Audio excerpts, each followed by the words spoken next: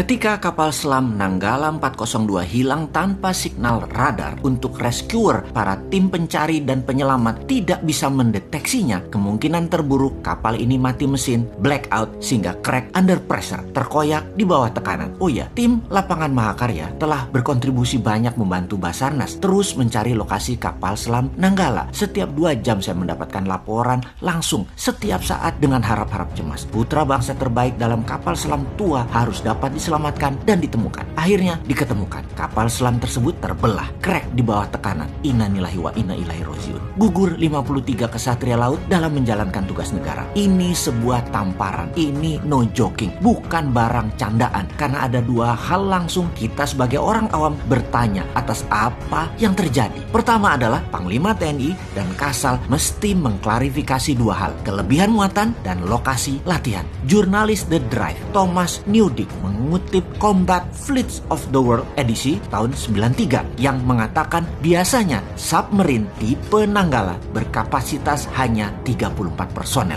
Kedua, Laut Utara Bali berkategori palung laut. Kedalamannya hingga 700 sampai 1300 meter. Semakin ke timur, semakin dalam. Arus bawah lautnya deras dan kuat. Tempat latihan TNI AL dan kapal selam bukan di situ, tapi di perairan Situbondo, Banyuwangi, sampai utara Singaraja. Submarine Nuclear Power Fleet sekaliber Royal Navy's Astute kelas yang sanggup beroperasi di bawah 300 meteran aja tidak berani ke sana. Kapal selam Rusia terbaru dengan tenaga nuklir, Yesen class, bisa melakukan safe depth di 450 meter dan tidak berani lebih dalam dari itu. Kok bisa-bisanya KRI Nanggala angkut 53 orang dan latihannya di zona berbahaya? Wahai Panglima dan Kasal, mohon dijawab ya, apa yang terjadi kemudian? Sistem pertahanan Indonesia jadi dikesankan terlemah di Asia Tenggara, bukan hanya omongan di warung kopi. Memang lemah, seakan dalam 7 tahun ini tidak mendapatkan porsi yang sepadan. Sepertinya loh ya, bahkan Menteri Pertahanan dipertanyakan status ke-TNI-annya, hingga kemampuan Panglima TNI di dalam strategi membangun kekuatan pertahanan juga dipertanyakan. Sahabat, untuk meringkas masalah kapal selam Nanggala 402, jangan jauh-jauh melihatnya seperti para pengirim berita hoaks yang mengatakan diserang drone bawah laut Tiongkok lah, diterpedo lah, ada kapal selam Perancis lah menyerang, ada perang laut akan terjadi, sabotase.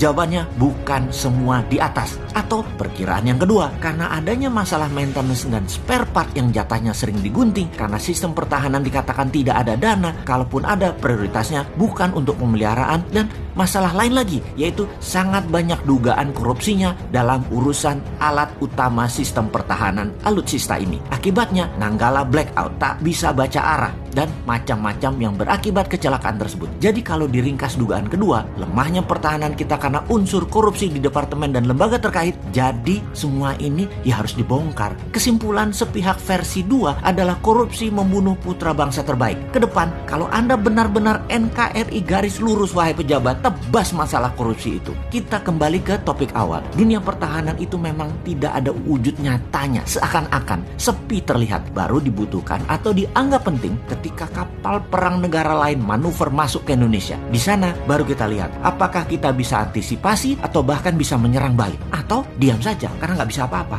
Misalnya Australia dari Port of Darwin mengirim jet tempurnya lewat Christmas Island menyerang Jakarta dalam 30 menit. Bisakah diintersep serangan tersebut? Malaysia dari Sarawak serang Balikpapan. Pangkalan mana yang bisa menghalangi serangan udara tersebut? Atau kota Medan diserang oleh Thailand. Pangkalan mana yang bisa menahannya? Jangan-jangan dalam waktu 2 jam setelah negara agresor berangkatkan pasukan tempurnya, kota yang ditarget tersebut rata tanah sebelum bisa diintersep oleh pasukan kita. Bayangkan, alat-alatnya tua semua, sisa-sisa orde baru pun masih ada. Maintenance perawatannya hanya gonta-ganti spare part yang selalu terlambat. Indonesia ini negara maritim, angkatan lautnya harusnya terkuat di dunia. Namun miris, pencurian hasil laut oleh negara lain masih terjadi di banyak laut di Indonesia. Puncaknya, kapal selam Nanggala 402 beserta kesatria lautnya gugur. Industrial military complex harusnya ada di Indonesia saat ini. Selain untuk secara fisik mengendalikan wilayah Indonesia, juga membuat efek gentar negara lain. Lalu sebagai syarat mutlak, semua harus diproduksi dalam negeri. Indonesia harus menambah kekuatan perang dan pertahanan, juga bentuk perang non-militer harus juga dikuatkan 10